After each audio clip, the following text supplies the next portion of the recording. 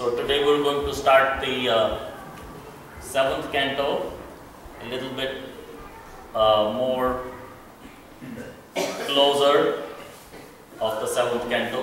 We have done all the 10 cantos with their overview of the subject matter.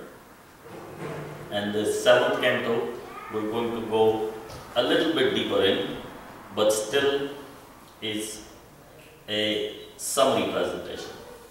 So we're going to be mainly presenting the 11th chapter of the 7th canto. The 7th canto is known as the Science of God. And the 11th chapter The title is The Perfect Society for Social Classes.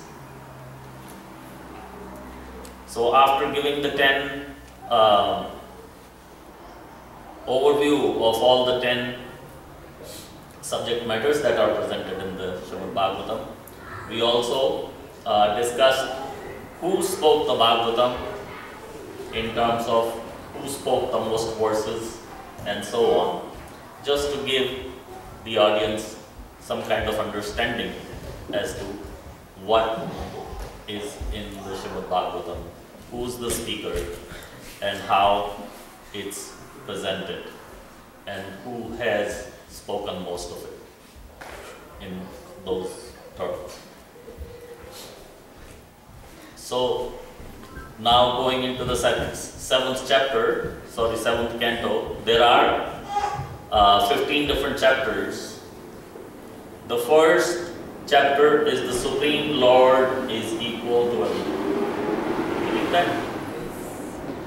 Everybody can read that? So, as you know and have heard and understand that most of Srimad Bhagavatam is a conversation. Questions are being asked and answers are being given.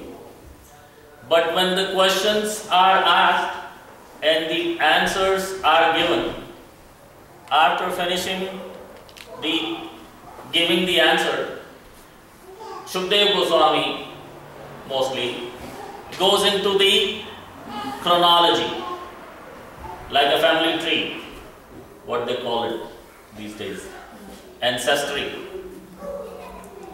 So he goes into the chronology of who was who, their son was such and their son was such, and this is what happened here, and this is what happened. So generally, actually this happened. So, for every answer that is presented in the Srimad Bhagavatam, there is a question being asked. So the answer that is presented in the 7th canto, I am trying to present you the question. In the 6th canto, towards the end of the 6th canto, when Shukdev Goswami finishes giving the answer, he is giving the chronology, and as you know, we all know that Aditi and Diti were two wives of Maharshi Kashyap, and they gave birth to Danavas and the Devatas.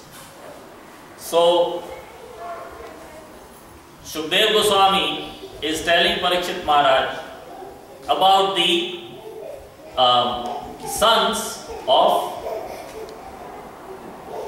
Diti, and then he says, oh, the sons of Diti are also the Maruts. Has anybody heard of Maruts? Marut.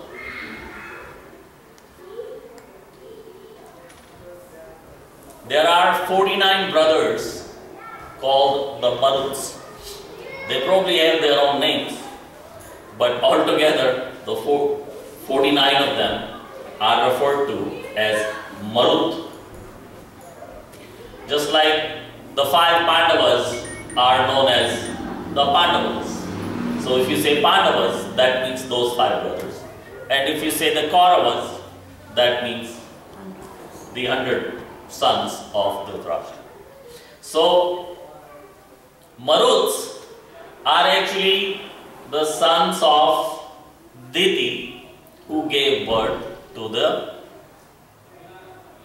demons, but they are actually demigods.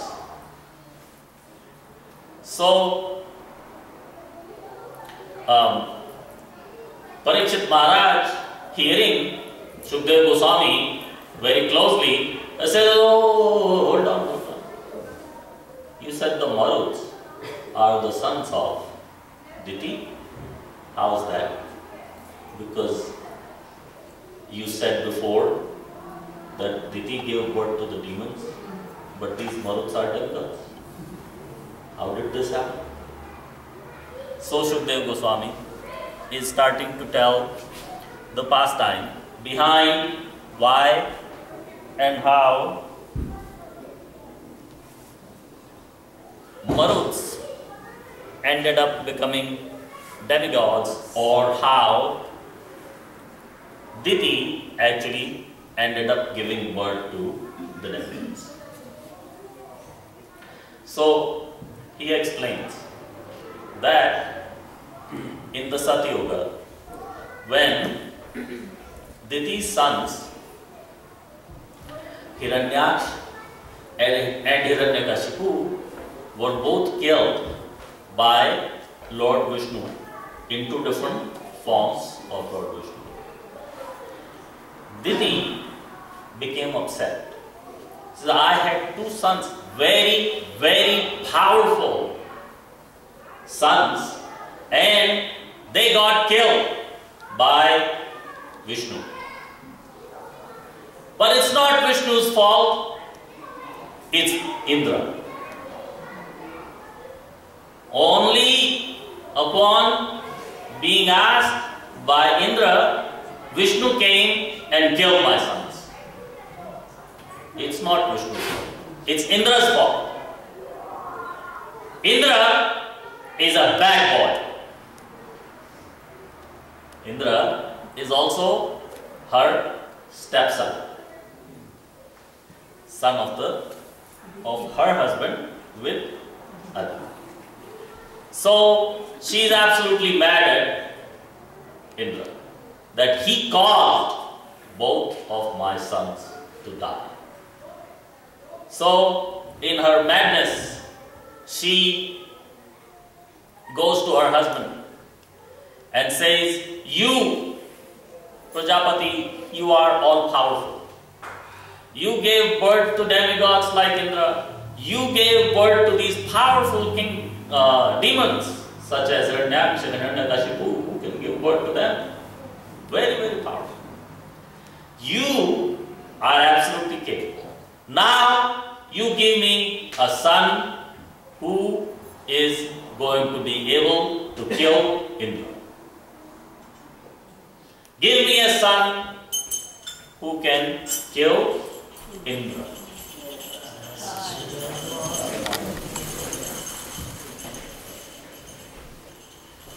So when she goes to her husband, he says, "Bhagyavan, what kind of request is this? I am a father, and I am Indra's father also. I am your husband, I am also Aditi's husband. Indra is also my son. How do you expect that I will fulfill your desire?" She says, "I don't know.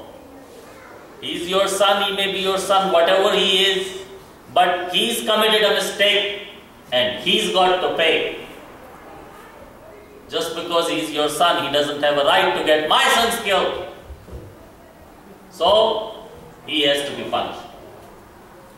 So discussion went for a long time, and you know how the wives have their way to get anything and everything that they want to get from their husbands.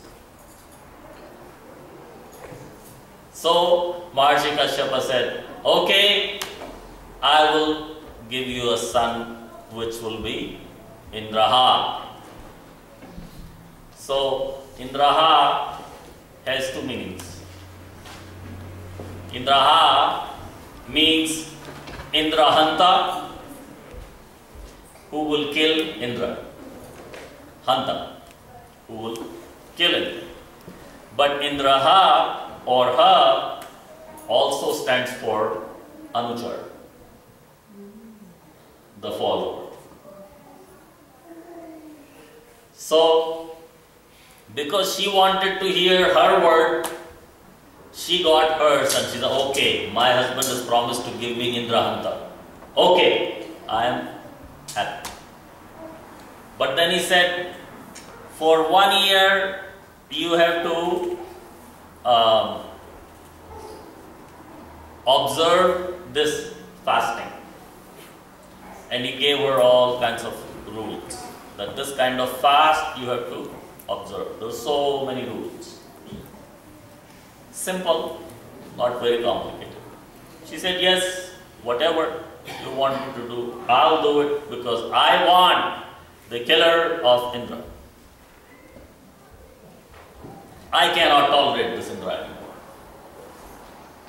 So Indra heard that my father has actually given my stepmother a benediction that he is giving her a son who will kill me. And then when he found out about the fasting, he said, okay, that's my way of protecting myself. I will go to my mother, my Mausi. She's also mother, but she's also Mausi. And I will watch her.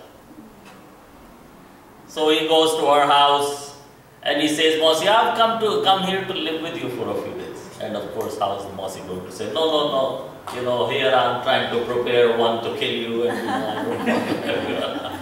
So yeah, sure, you want to stay with me, sure, fine. So very lovingly, the Masi and the Bhanja are living. And Bhanja has all the rules, straight line, and he's watching. So one day, she was tired after taking dinner, as she was pregnant as well at the same time, and she fell asleep. And the condition of the fast was that she must take a bath after having dinner at night before she goes to bed. But because she was so tired, or somehow or the other, whatever she was going through in her pregnancy, she fell asleep. And Indra said, okay, here is my chance. Now, if I do something, my father cannot say anything because she is the one who broke the fast, not me. So Indra assumes a little form. How little? Very little. Because all these devatas, they have all the siddhis. You know how many siddhis are there? There are 8 siddhis. And siddhis are like Laghima, Mahima, and so on. One of them can make you very tiny. One of them can make you very light, lighter than the feather. One of them can make you very heavy, heavier than the mountain. One of them can allow you to grab anything as a remote control. You want something behind that wall, you go there and here it is. One of them gives you the power of assembling something up. There's a few things behind that table, and from my siddhi power, I assemble them into something and produce them here. I just make this. So on, there are siddhis. One can attain one siddhi in this life if anyone wants, but it is also called a waste of life because that siddhi is not going to get you out of the cycle of birth and death. You're still in it. But the devatas, they are born with the power of all the 8 siddhis. Because they have these siddhis, that's why people sometimes think, oh, because this person has the power to do this, this person is God. Or we have some gurus who have one siddhi or something, like we were talking about some guru yesterday who had the ability of producing an apple like this and say, here is an apple. So these siddhis are not really good for a whole lot because you are still going to be subject to birth, death, old age and disease if you have a siddhi or not have a siddhi. So Indra, having all the siddhis, he used his siddhi power and became so tiny. And he entered right inside the womb of Mother Diti. And after going there, he called his little Astra and cut her fetus into 7 pieces. As he was leaving, thinking, I cut her fetus into 7 pieces, it's dead, he noticed that the fetus converted into 7 fetuses and they're all looking at him. So he pulled out his Astra again and cut all the 7 into 7 pieces each more. And before he was exiting, he looked at 49 of them looking at him very lovingly, as if, thank you very much. These are my brothers, I'm trying to kill them. And these guys are looking at me so lovingly. Then I made 49 out of 1. I'm really multiplying my trouble, because if there was one supposed to be born to kill me, now I have converted 1 into 49 myself. So this is a big problem I'm creating for myself. If I cut these 79 into 7 pieces more, I'm going to end up with 350 of them. I can't handle it.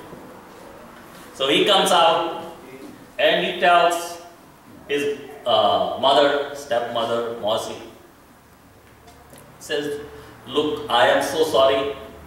I was here to take care of my brothers because I knew you were doing this and I didn't want to be killed. And you broke your fast and I went into your womb and I tried to kill your son, but unfortunately I have multiplied my troubles by 49 times. So these Maruts were born and they naturally had a habit or nature from inside to be the worshippers of Indra and the Devatas. They were very nice, they were very polite, and they had a very, very special affection for Indra, because Indra used to keep coming once in a while to check them out.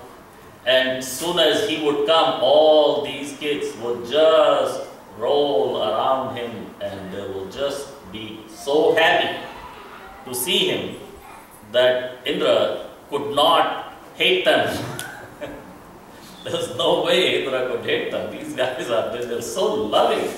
They always look at me as if I'm the biggest candy they've ever seen. They want to spend time with me and play with me.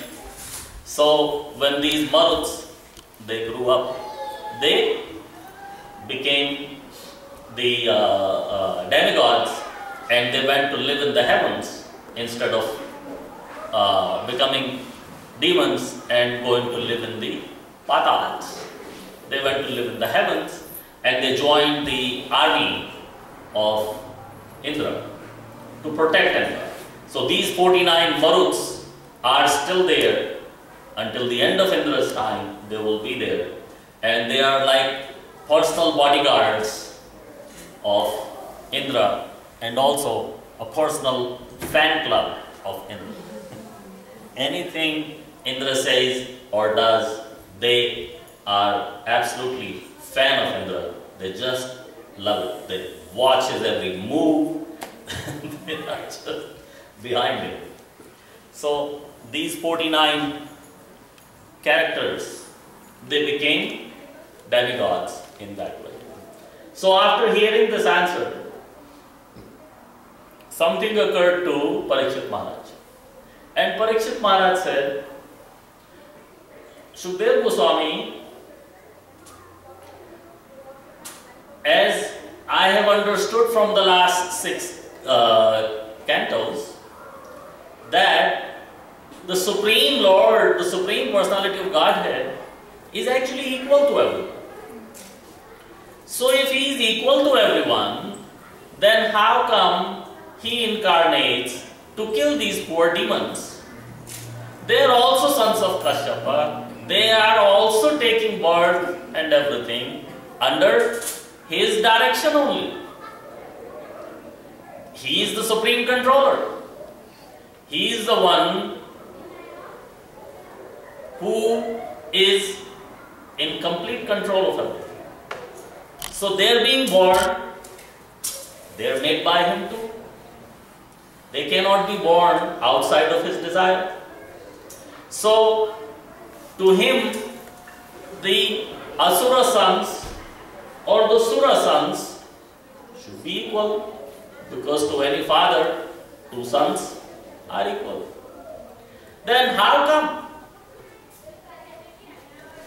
Then Shukdev Goswami, instead of giving the answer of the question of Parikshit Maharaj, he says to Parikshit Maharaj that you are asking the right question, and the same question was also answered, was also asked by Yudhishthira Maharaj to Narada. Because what happened at the time of Mahabharata, the Pandavas, when they were given the area of Indraprastha to rule, they made the Indraprastha very prosperous kingdom, which is Delhi today. And they did Ashwamedh Yagya. And when they did the Ashwamedh Yagya, they gave the highest honor to Lord Krishna himself. So when the other princes, kings, everybody was invited, they were all there, all the kings of all the whole planet. When Shishupal saw that, he wasn't too happy. He wasn't so happy to the effect that he started saying bad things about Krishna, trying to insult Krishna in front of everyone by calling him all kinds of derogatory things that he thought were derogatory. Meaning whatever he was saying, although Krishna may not take it derogatory, because you call him Ranchor, he is happy with that. You call him Ranchor, you call him Makhanchor, he is happy with that. His devotees are also happy with that.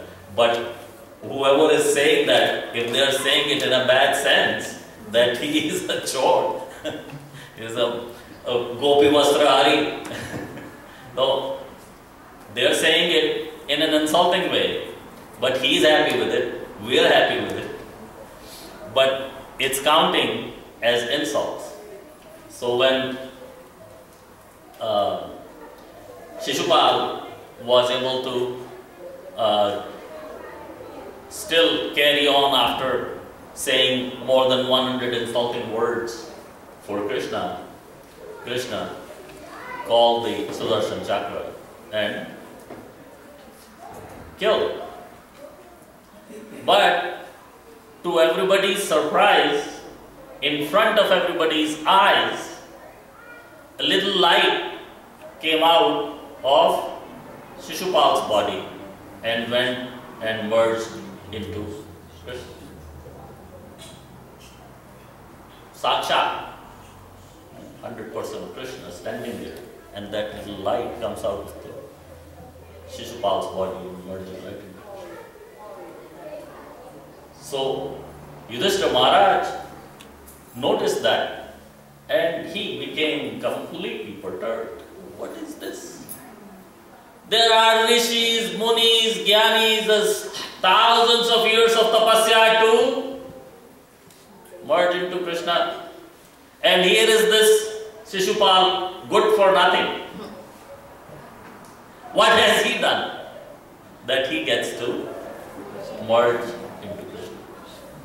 So,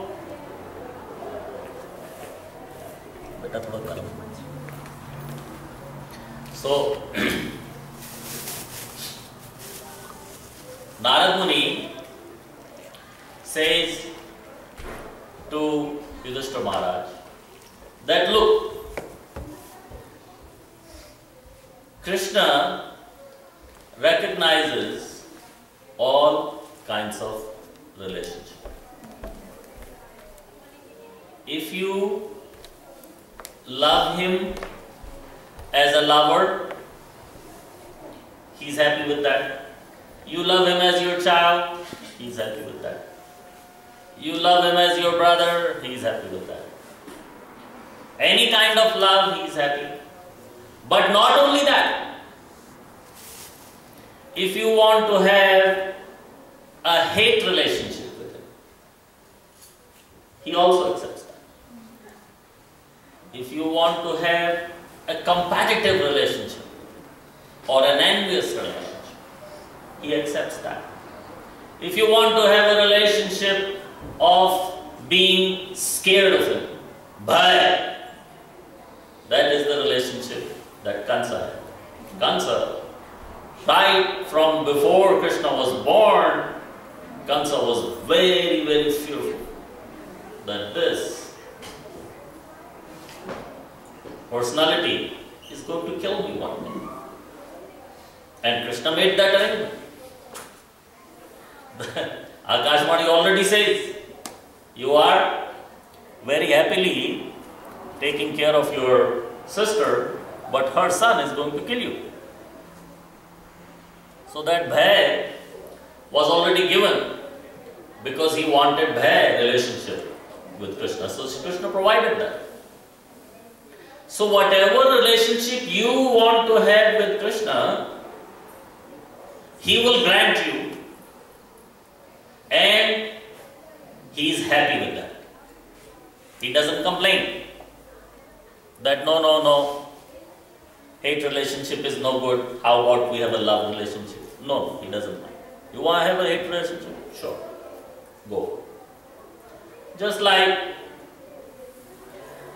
with our children or grandchildren, we allow them, okay, what are you in the mood today? Dad, I'm in the mood of fighting you. Okay, sure, let's have fun. We don't say, oh no, how dare you say that? I'm your father, you know. No, we say, okay, sure. Have a little fake fight. And then, if the child is going to defeat the father or the grandfather, it's fine. They rather be defeated from the child than defeat the child. Because they get their love and satisfaction out of that, and the child gets the love and satisfaction out of feeling, oh yeah, I defeated my dad. I am so powerful. I defeated my dad. And when we see them happy, that makes us happy. When we see a child happily bragging, we are happy. That is our happiness. We see the child crying, oh, my dad beat me up. We're not happy with that. So, Krishna is the same way. Whatever relationship you want to have, you can have, it's grand. But then, Narad Muni says one more thing. You may find this very intriguing. Maybe you never heard this before. Narad Muni says that actually, if you have a relationship with Krishna, the nature of relationship is a hate relationship. You actually achieve Krishna faster, sooner than a loving relationship. Why? Can anybody tell? Narad Muni? Yeah. But in love you can remember him all the time too. Unless I love you and I love this thing and I love the other thing and I love the whole long list of the shopping. If you exclusively love Krishna or you hate Krishna, you are thinking of him about the same. right?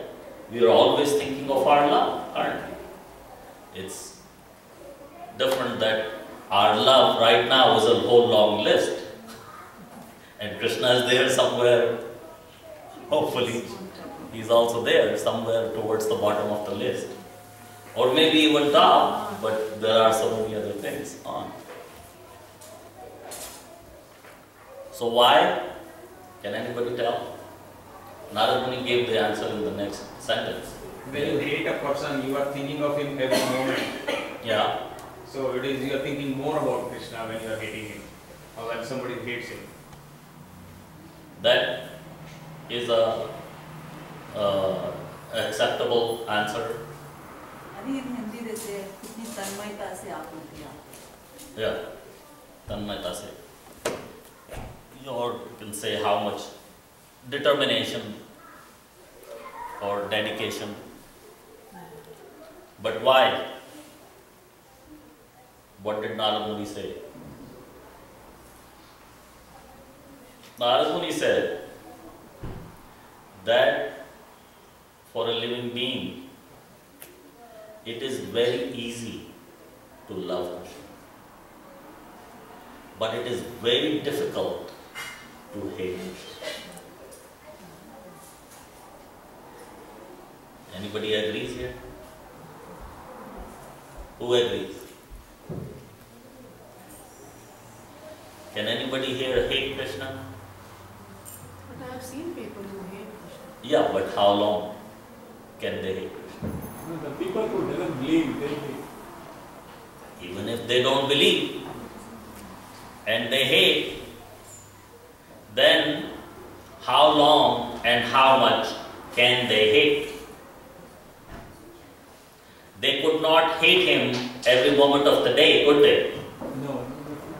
They will only hate him when you show up with your tilak on and chanting Hare Krishna right in their face.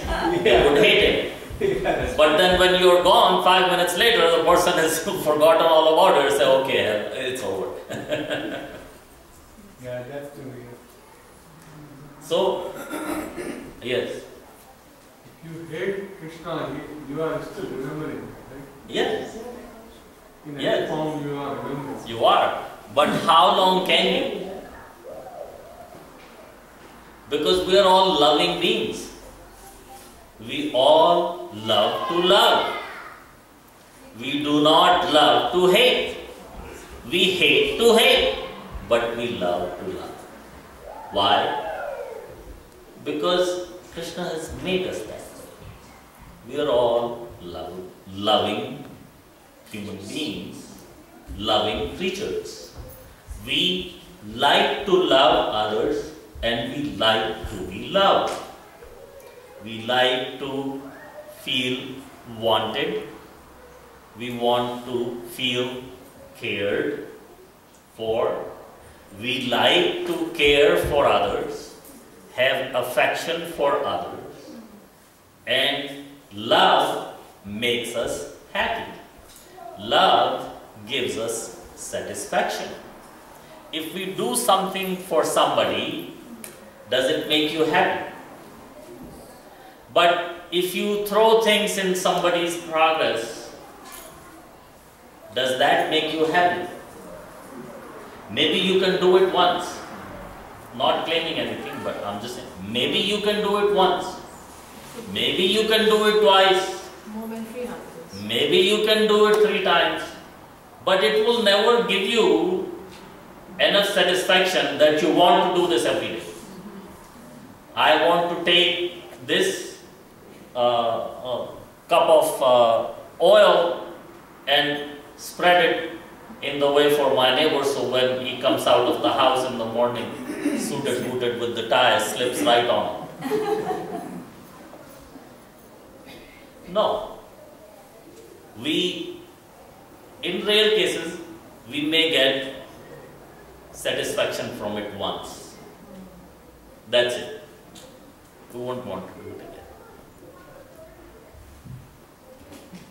So, what is easier to do should get you success faster, or what is harder to do should get you success faster?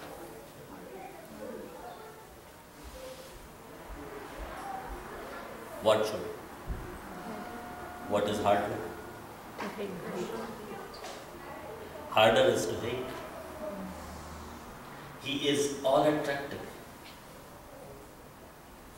We forget all our sinful nature, whatever we have, just by having his one darshan. A human being can completely change by having one darshan. Like Narad Muni tells his story in the first canto, that he was a son of a maid who used to clean up the pots for the saints and sages. So when Narad Muni became blessed and went into the forest after his mother died, Lord Vishnu gave him one glimpse of darshan for a fraction of a second. And he said, you will not see me again for hundreds of thousands of years. But that's why I've given you my darshan now, so you'll never forget. And then you will become Narad Muni. So this is hundreds of thousands of years Narad Muni lived with that one fraction of a second glimpse of Krishna in the four-headed form. Can anybody hate that? And if anybody can, that's a huge achievement. So that's why Narad Muni is saying that any relationship you can have with Krishna, which is not a loving relationship, is actually a faster way of attaining Krishna. Because it's so much more difficult. These concepts that I am explaining right now are very difficult to understand. Believe me. You are understanding them because you are advanced devotees. I can see on your faces that you are understanding them. They are very difficult to understand. You are understanding. Anybody not understanding? You're not understanding? Doesn't make sense, like abusing God doesn't make sense. So You are using God? abusing God doesn't make sense. Why God will accept him, like using bad words and everything, like it doesn't make sense unless he has done something good. Just But that's why. You have any children? yeah. You have children? You sometimes have a fake relationship with children. Sometimes you accept something wrong from your children, which as a father of the highest regard should not accept. Sometimes you make a concession. Yeah, that's okay, but it's a life and God, why God should consider that way, right? No, but you are That thinking, doesn't set up a good example. Like if people say abuse God and God is there with you, so But they cannot abuse all the time. you cannot. You can't. And also you are thinking a permanent relationship. That if this person is hating God, will hate forever. No. Once he is accepted, he will not hate anymore. He cannot. Because all of us, parcel of Krishna, are only made to love Krishna. We're not made to hate Krishna. We cannot do it. So if one can, then he is given the highest regard. Every one of us in this room can run 100 yards, 100 meters. But somebody in this world holds an award from the Olympics committee who is the fastest in 100 meters. So we're not all the same. can all do something does not mean we can do it the best. So it's not that we're trying to train people to hate God instead of love God and give you a shortcut way to go to God. We're also trying to tell you or have you understand that it is practically impossible to do it. It's like me telling you, you can run 100 meters. Why don't you challenge the guy who holds the fastest time record of 100 meters? And practice for 10-15 days and you should get there. Or practice for 10-15 years and you should be able to beat him. I don't think that will work. You will not beat him. Very little chances. But if you can, then you would hold a very, very high regard. So to do something that is very difficult is awarded, is rewarded. So because for Krishna, we are all his children.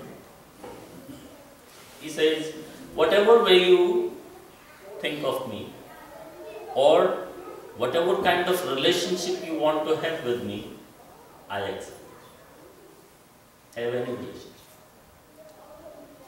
This high court judge, when he enters the courtroom, everybody stands up for him. You could have the highest spiritual leader. You could have the Prime Minister of the country. Anybody and everybody has to stand for the judge when he enters the court. When the judge sits down, then you can sit down. Highest regard. But the same judge, when he goes home, what does his grandson say? I am the judge. Dadaji, become a horsey, I want to ride you right now. And what does he say? How dare you? I am a high court judge. You want me to become a horsey for you? How dare you say that? Does he say that? No. He says, okay, hold on, let me just take this black coat off, I'll do it. So that doesn't mean that he became a horse, but he's trying to please the grandchild by giving him the understanding that yes, your grandpa became a horse for you today. Now this grandchild is going to go and brag to everyone. My grandfather became a horse for me. And is this grandfather saying, no, please don't tell him. He said, yeah, sure, I did it. So out of love, I do anything. Because we love Krishna or not, he loves us. Never forget that. That his love for us is always there. The only discrepancy or deficiency is from our side. It's not from his side.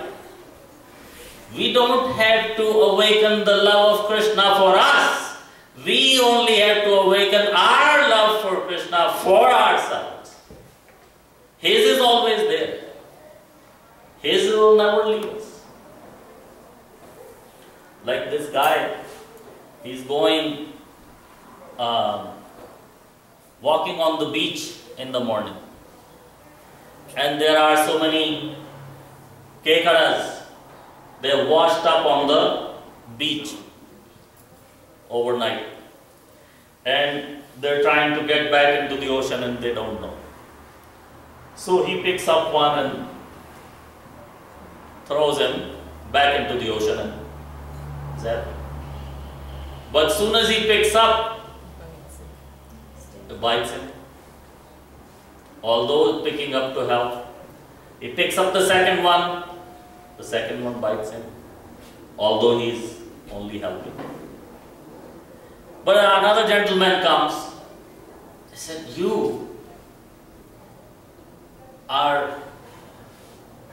it looks like you got no brain. Every one of these guys are biting you and you still don't want to give up, showing them the right way.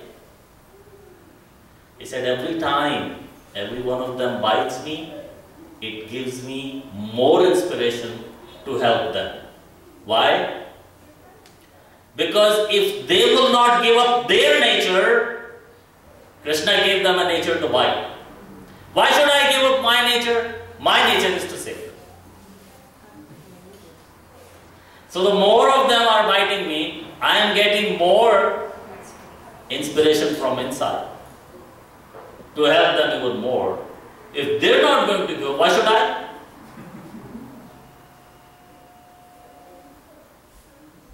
Because as Mahatma Gandhi said, an eye for an eye will make the whole world blind.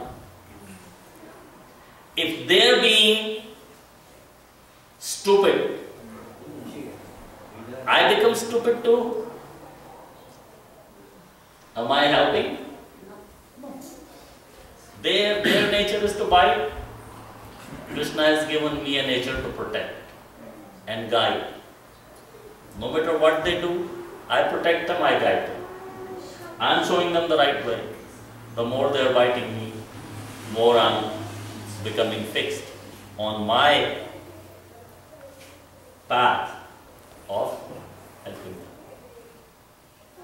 So, a relationship is a relationship, meaning any way or the other, we are thinking of Krishna, we are remembering Krishna. That is ultimate. Whichever way we do it, whichever way we want to do that is good. It doesn't have to be by love or in a loving relationship, but a loving relationship is easiest because we are natural, we have that kind of nature. We always want to love, want to be loved, and want to be felt loved.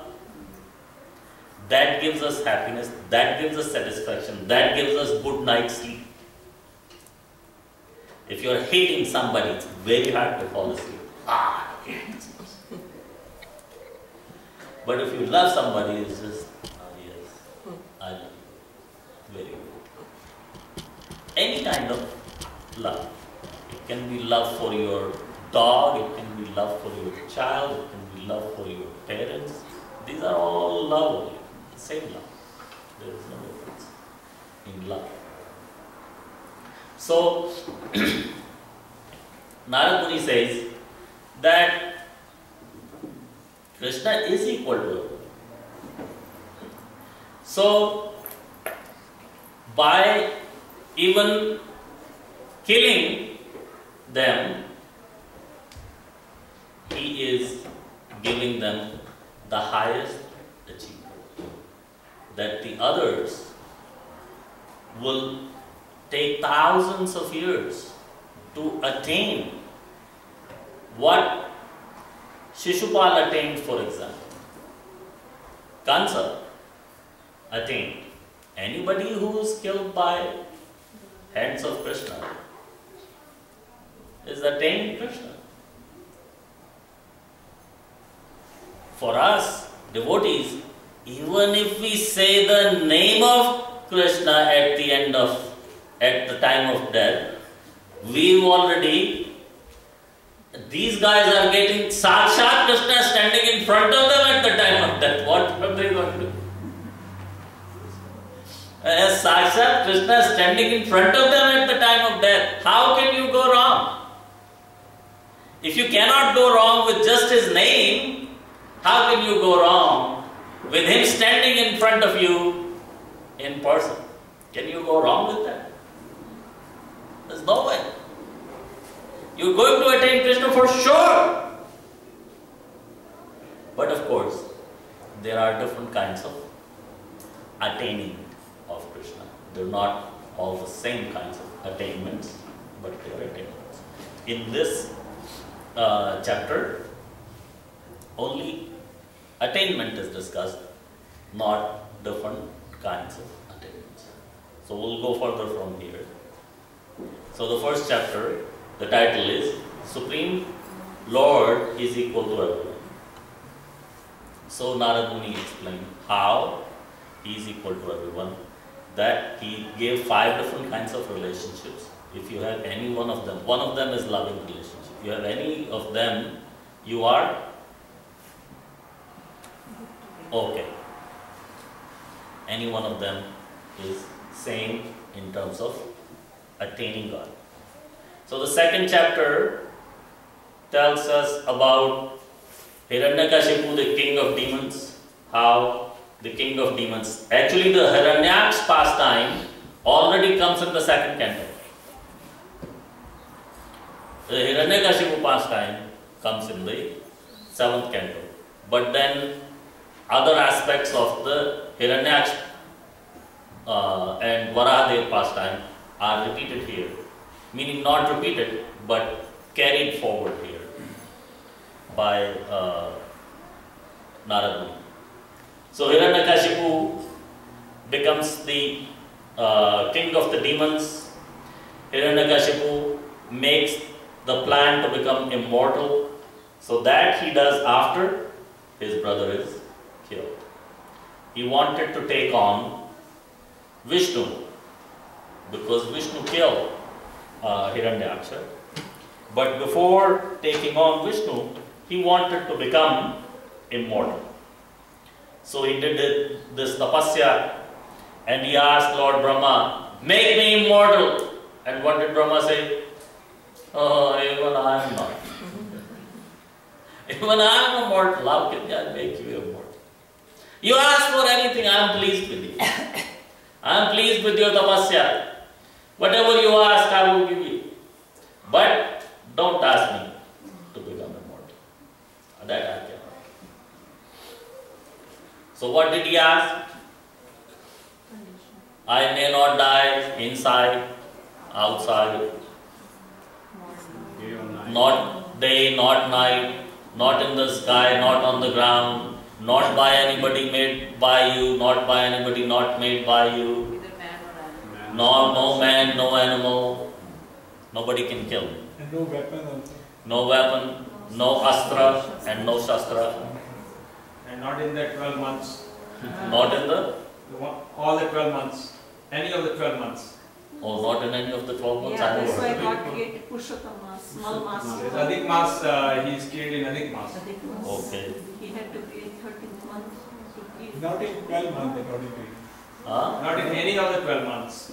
Not in that. Adhik Mas. It comes in Bhagavad. But the Narsingha Chaturdashi never comes in the Purushottam Mas. What comes in the Purushottam Mas should only come in the Purushottam Mas. Like the 2 Ekadashis, they occur in the Purushottam Mas. They only occur in the Purushottam Mas. They don't occur otherwise. So I don't know how to make that connection because it's not there in the Srimad Bhagavatam. I'm not saying it's wrong, but It comes in I just Katha. don't know how to make that Katha connection. somewhere. No, Purushottam Mas. Yeah, it may be, if you are saying that it must be in the Purushottam Mas Katha, but it's not in the Bhagavatam. So I don't know how to connect those dots. Because if the Narsingha Chaturdashi only came in the Purushottam Mas, then it would be easy. Oh yeah, it only comes in the Purushottam Mas. It never comes in the Purushottam Mas. So, I don't know what to say about that. No, but Purushottam Mas can be any month because it's not always a Vaishak or a Shad or Shravan like that, you know. No, Because Purushottam Mas cannot be in any month. Purushottam Mas is always in Purushottam Mas, but it can fit anywhere in the calendar. Yeah, so that's what she means. Purushottam Mas is always in Purushottam Mas, not in any other Mas.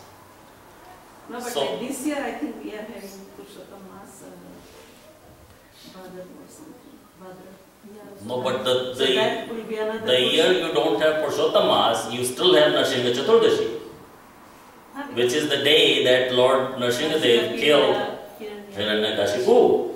So how is that possible? Because we only operate on one lunar calendar. Probably it is like Moraji Desai's birthday, it comes on 29th February, but it is celebrated every year. on 28th February. Yeah. But his actual month falls after every 4 years. Yeah, Yeah. there is a katha like that. so But it's that is kind a of big solar deal. system. 29th of February and all that is a solar system. It's not the lunar system. In Vedic system, with the lunar calendar, what occurs in Purushottam Mas is only celebrated in Purushottam Mas 3 years later. For birthday, people celebrate. Morarji Desai can have 3 birthdays of the year, 4 birthdays of the year. Who's there to stop it? We have some Sant, Sadhu, Sannyasis, they have their Vyas Puja 3-4 times a year. Whenever they show up at a new city, they have today is my Vyas Puja. So they do it. That doesn't mean that the calendar will adjust for them. But nevertheless, I do not disregard your information. But I just don't know how to comprehend that, because from what I am trained of following the months and what is given in the Srimad Bhagavatam, this does not exist, although I have full respect for it. So, trying to become immortal, and then he terrorizes the universe. Like we chant, Om Namo Bhagavate Vasudevaya. Om Namo Bhagavate Vasudevaya. Om Namo Bhagavate Vasudevaya. Om Namo Bhagavate Vasudevaya. Om Namo Bhagavate Vasudevaya. Om Namo Bhagavate Vasudevaya.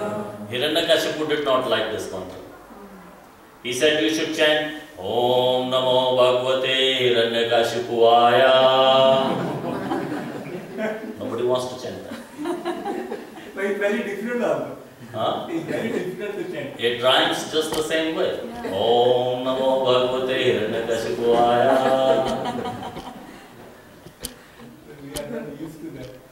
So that's the mantra Hiranyakashipu said that everybody should be chanting.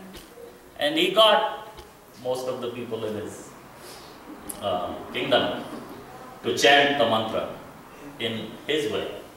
But unfortunately, he could not get his own 5-year-old son Prahlad to chant that mantra. He said, Dad, wake up and smell some kind of coffee somewhere. Go to Brazil. You are not God. Prahlad Maharaj, the saintly son of Hiranyakashipu, is introduced in the 5th chapter. There is a question about Prahlad Maharaj, that when it says that Hiranyakashipu came home from his tapasya, which he performed for tens of thousands of years,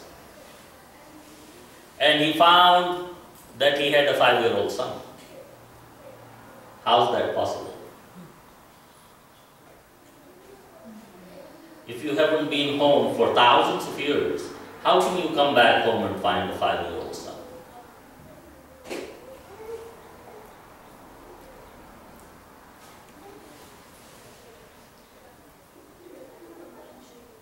So, in the chapter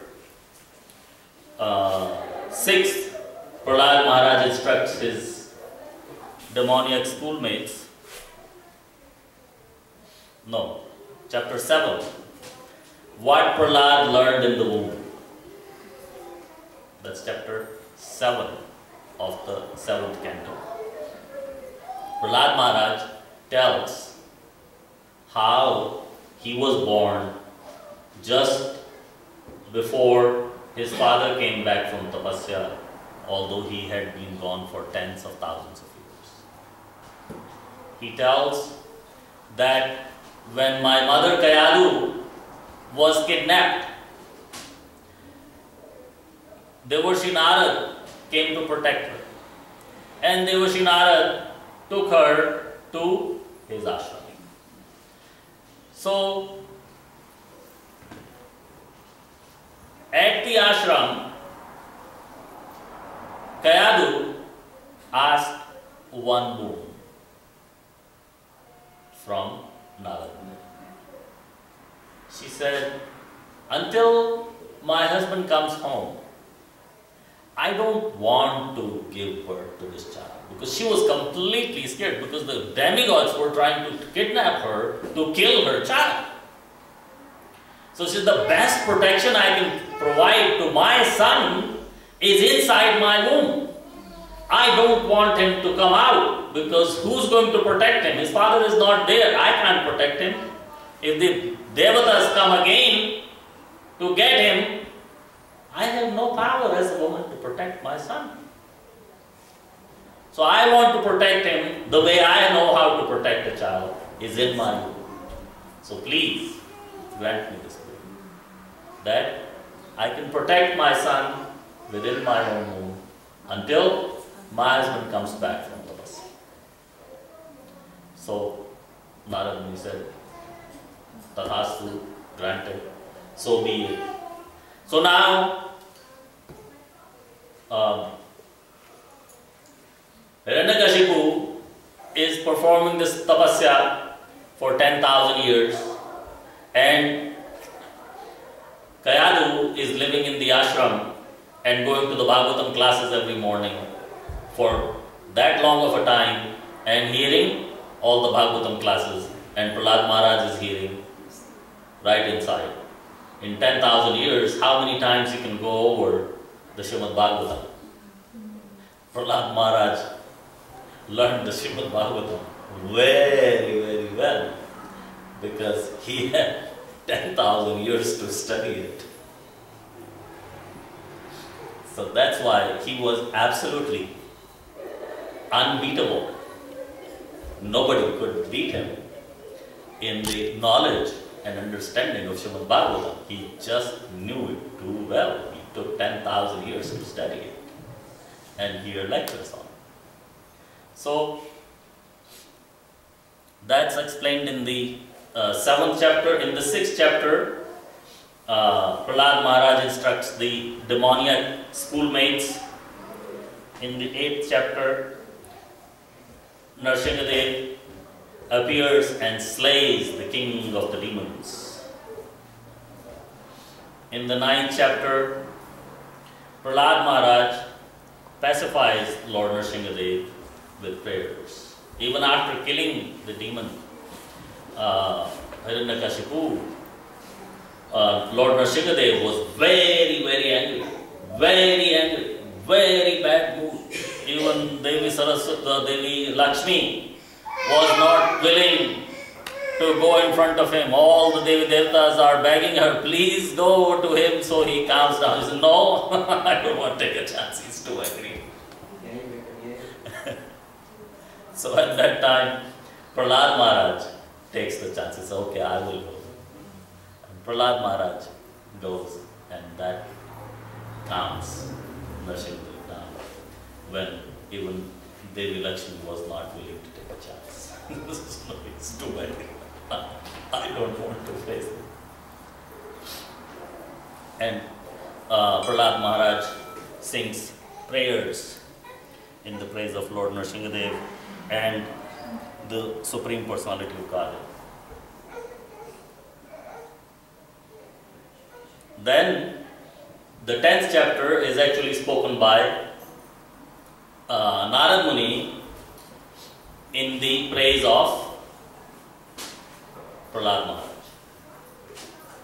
And then in the 11th chapter, called the Perfect Society, 4 social classes, which is what we're going to discuss, Narad Muni gives the perfect example of a human being. To have a perfect society, what do you have to have? Perfect human beings to have a perfect society. We cannot fix the society. We can fix ourselves. Charity begins at home. The 12th chapter is behavior of a perfect person. And 14th chapter is ideal family life. 15th chapter is instructions for civilized human beings. all of these instructions are actually all based on the perfect society, 4 social classes.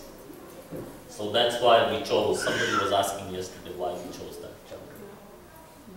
Other than the request of our temple president, His Grace Devdas Prabhu, this was the other reason we chose the 11th chapter. So Maharaj Yudhishthira inquired from Devarshi Narad about the principles of religion by which one can attain the ultimate goal of life. This is in chapter 11. The beginning of the chapter, Yudhishthira Maharaj is asking Devarshi Narad about the principles of religion by which one can attain the ultimate goal of life. How many of the devotees here would like to know the principles of religion by which one can attain ultimate goal of life? All of you? Okay, then you all stay. So what is the goal of life? Any idea? What is the goal of life? There's the question. Moksha. Back to The goal of life is moksha. moksha. Any other goals of life? So you to attain all Dharma, Artha, Kama and Moksha. Dharma, Artha, Kama, Moksha. Okay. Any others? Huh? Attain love of Krishna. Attain love of Krishna. Okay.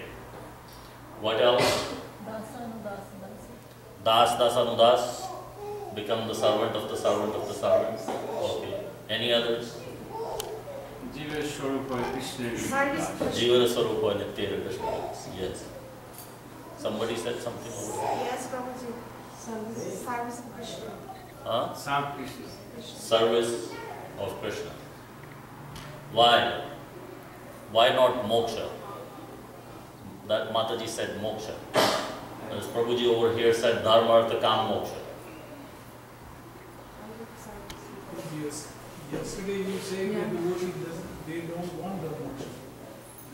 Only I got that knowledge. So it's like to be dasana, dasana. Moksha is for kurmi people, those who didn't accept Krishna as the Supreme Personality of Godhead. But the devotee, this Krishna is there, so they don't need the moksha. So what's wrong with moksha? Well, he doesn't require, he should be given by Krishna automatically. He doesn't hanker for moksha. Devotee shouldn't hanker for moksha. It's automatic there. But why is anything else better than moksha? Because that is a conditional love for Krishna, because we are expecting something out of that. Because you get the service. You get the service, meaning? Instead of liberation, we ask for the service of Krishna. Instead of liberation, we ask for service. But then what is the ultimate goal of life?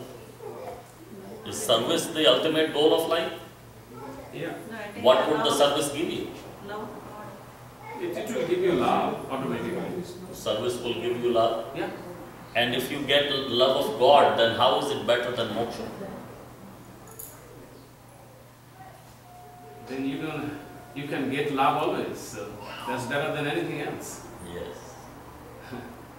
God anyways loves you, everybody. God loves everybody anyway. That's But granted. That's why he was explaining the sambandha. You have to make the relation with God. Yeah. God loves you. That's all about the sambandha, relations.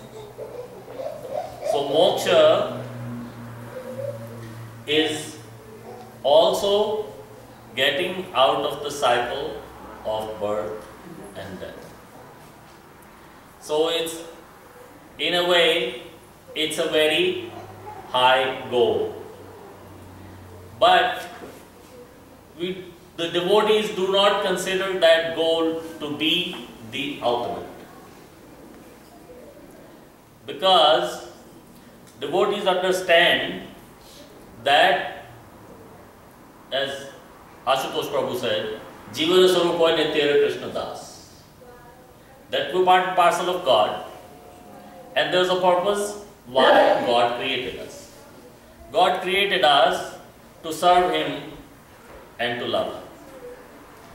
So if we want moksha, then there is no guarantee that we would get to serve him and or love him.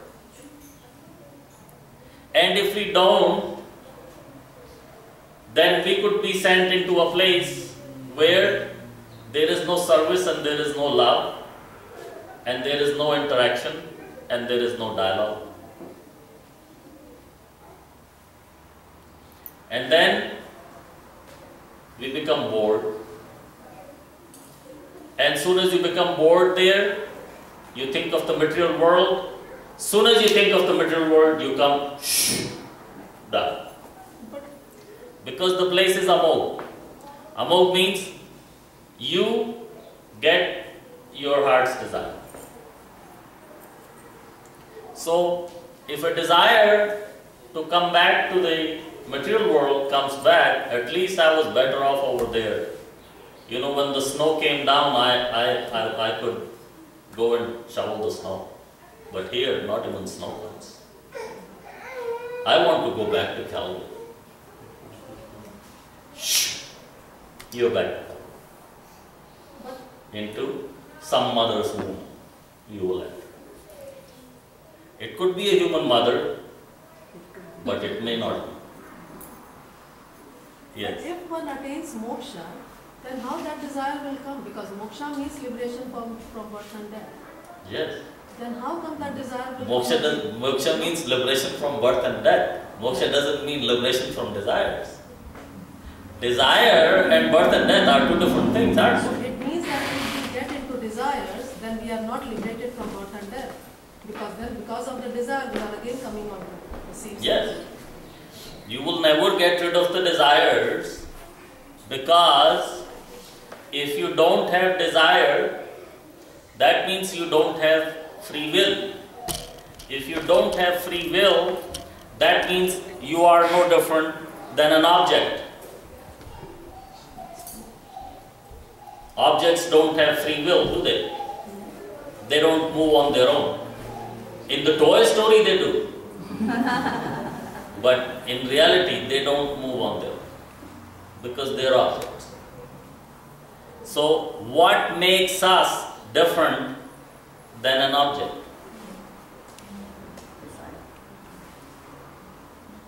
We have a free will. We have intelligence. So it means moksha is not actually moksha. We have a desire. No, moksha is moksha. But your desire hasn't gone anywhere. So that desire could bring you right back to the Real Canadian Superstore, if that's what you think of when you're there. Or whatever, the Price Mart or whatever kind of grocery store you have there.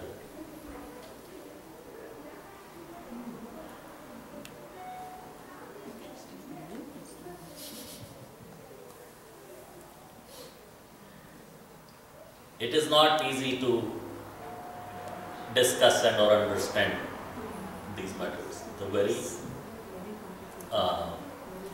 critical as well as very technical. So, if we are not mukta, we have not attained moksha, we just attain service. And the only desire we have is to serve the Supreme. Then it doesn't matter where and how and why He wants us to serve. Then we will not think of real Canadian citizenship. Yes. When we go to work, most, meaning not professional jobs, but let's say a layman worker job, you go to work, you go and do what the supervisor tells you to do today. Today you are going to dig the backyard of this side. Okay, that's what I will do. Tomorrow you show up and they'll tell you, okay, we're going to paint here. Okay, I paint. Next day, I'm asked to take a broom and sweep up. Okay, that's what I do. I don't argue with my supervisor. Why? Because tomorrow I may not be called if I argue today. So that is service and or menial service, and whatever Krishna wants us to do, whatever his desire is, I am there to fulfill that. Because my relationship with Krishna is like this hand's relationship with this body. So if this hand says, I want halwa, and you give the halwa to the hand can try to enjoy it. But could it really get the nutrition out of the halwa and consume that? No. It can try to enjoy the halwa as much as it can. It can make ladus of halwa. It can lay it flat and cut the barfis later of the same halwa. Whatever, play with the halwa. But cannot take advantage of the nutrition and satisfaction that comes out of eating halwa. What does it have to do if it needs the nutrition out of the halwa or the satisfaction that you get out of eating halwa? It has to bring it and feed it to the mouth so it can go to the stomach. And when it does go to the stomach and it's digested, then the hand gets the nutrition for it. If this hand keeps trying to enjoy outside, away, then it can try all its life. It is only going to get deteriorated and die of not getting any nutrition because it's not serving the real purpose of bringing the food to the mouth. So it goes and gets digested and then it gets the nutrition. Going back to Jiva Rasa Rupa Nitya Krishna Das. So that is why there are so many different ways of attaining the Supreme. How many ways are there to attain the Supreme?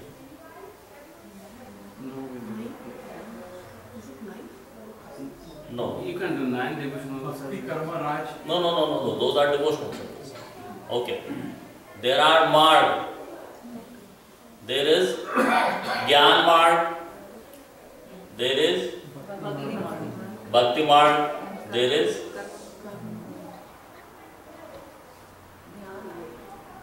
Service, Karma. yes. So all these margs, they will all lead to Krishna. Gyan marg, Karma marg, or Karma Kand, Bhakti marg, they will